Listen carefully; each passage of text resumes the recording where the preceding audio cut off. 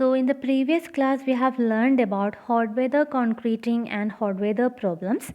Here we are going to learn what is cold weather concreting and what are the cold weather problems. Okay. So cold weather concreting means any concreting operation which is done at a temperature below 5 degrees Celsius is called cold weather concreting. Now what is cold weather? A period when for more than 3 consecutive days the following conditions exist.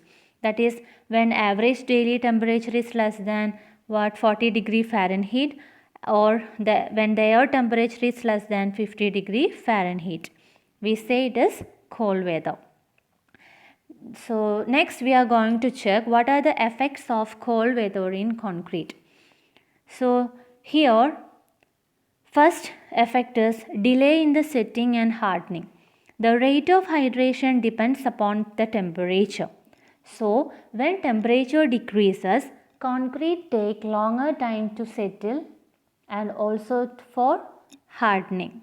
Okay, so this is a graph which shows relation between the setting time and ambient temperature of ordinary Portland cement. Next effect is freezing of concrete at early stage. So during cold weather, when the temperature goes below freezing point, the water starts to freeze. Thereby, it decreases the quality of concrete and it prevents hydration of cement and make the concrete to expand, which affects the quality, mainly the quality of concrete. Okay. Next, freezing and thawing. In cold weather, the fresh concrete or hardened concrete get affected due to this alternate freezing and thawing action. So this can be prevented by using air entraining agents. Next, what are the objectives of successful cold weather concreting? So it include preventing the damage to concrete due to freezing at early stages, then assure that concrete develop the required strength, then limiting the rapid temperature changes, and also provide protection consistent with the serviceability of structure. Next, what can we influence? Okay, we can influence on what materials and mix design, then placement conditions, curing condition, and protection to make the concreting easier during cold weather. So first one, materials and mix design. Our goal is to accelerate and increase maximum temperature, then provide concrete with predictable setting times, maintain air entrainment and workability, minimizing plastic and drying shrinkage. And so here we can speed up the hydration of concrete by using one or more of the following, that is additional Portland cement, then use type 3 cement, then heating the aggregate, then accelerating admixtures. Okay.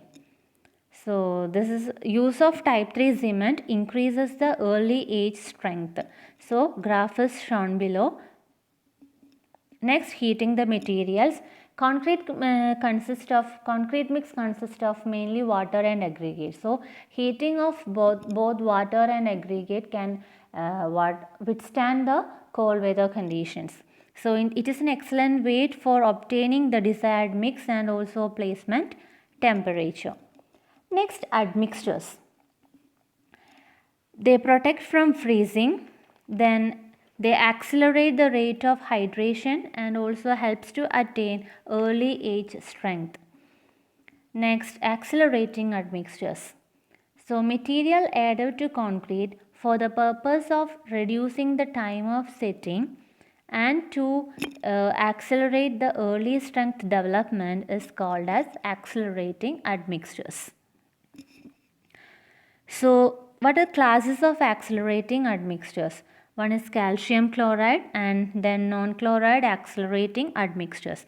Peculiarity of calcium chloride admixture is it has effective anti-freezing properties. Then in case of non-chloride accelerating admixtures, they help the mix to be placed at sub-freezing temperatures and This reduces the need of protective measures which is required during the cold weathering works. Then let's check out the placement conditions. Okay, so what all has to be considered while placing the concrete. So concrete should not be placed on a frozen subgrade, and then on a frozen subgrade heat will migrate rapidly from bottom of the concrete, then thereby it retards the setting times. Okay, then if we find concreting difficult to be done during cold weather, then you can plan for rescheduling the works to a warmer day. Okay, then precautions while concrete is delivered. You have to heat one or more of the materials such as water or aggregate. Heating of cement is not effective due to its heat capacity. Then protection while concrete is placed, consolidated and finished. So how can we provide protection? That is by adjusting the concrete mix, providing windbreaks, providing enclosures, and also by providing supplementary heat. Adjusting the concrete mix. So how can we adjust the concrete mix? Okay, so we can adjust the concrete mix by delaying to reach initial setting time, then by the addition of accelerating admixtures, and also by increasing the cement content. Next, windbreaks. So windbreaks should be erected to cover the mixing and batching plants to protect it from losing the heat. Okay, then it protect concrete and workers from the biting wind. Next, its height is usually up to 6 feet. So here windbreaks has been shown in this figure. They are developed at site. Next, enclosures. Heated enclosures protect concrete. So it is an expensive option, and it's mainly made up of wood, tarpaulins, polyethylene, etc. Next, supplementary heat. There are mainly 3 types of heaters, that is direct fired heaters, indirect fired heaters, and finally hydronic system. So figure of direct fired heater has been shown here. Here the flames comes into direct contact with air.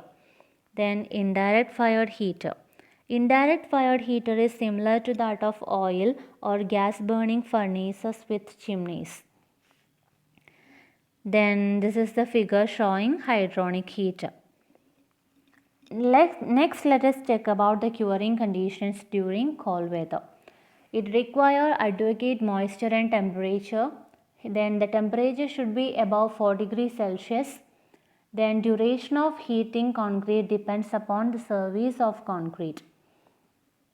So while curing, heat will be liberated. So this heat has to be protected to withstand cold weather atmosphere. Okay, so this is the figure showing insulating blankets. So these insulating blankets are used as a protection during liberating of heat from the concrete. Next, protection while curing. You have to leave the formworks in places as long as possible. Then live steam exhaustion into enclosures.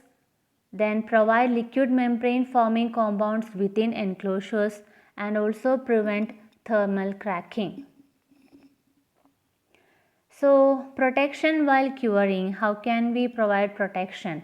By insulating concrete forms, the figure has been shown here. Then by insulated column forms, here the columns are insulated by using high density plywood. Next, air entrainment for safety. So concrete which is not air entrained can suffer strength loss and internal and surface damage as a result of freezing and thawing. So it provides the capacity to absorb stresses due to ice formation within concrete. Next, placing problems in cold weather. Okay, so we have to face various problems while placing concrete, and also in finishing work also we have to face what difficult situations during cold weather. So first we can check what are the placing problems in cold weather. One is concrete bleeding. So here bleed water can freeze on surface, and bleed water capillary channels can freeze within the concrete, okay, thereby affecting the quality of concrete. Then next is cold subgrade. Rapid migration of heat from concrete will affect the setting time, and uneven settlement may occur which causes cracking. Then next it is the finishing problems in cold weather. Mainly surface crusting occurs which causes blisters, delamination, scaling, etc. Okay. Next, maturity concept. Maturity concept is based on principle that strength gain in concrete is a function of curing time and temperature. So maturity concept is used for evaluating the strength development when prescribed curing temperatures have not been maintained for a particular or a required time, or when the curing temperatures have fluctuated. Okay, in those cases we use maturity concept for determining what the early strength development. That's all about cold weather concreting and cold weather problems.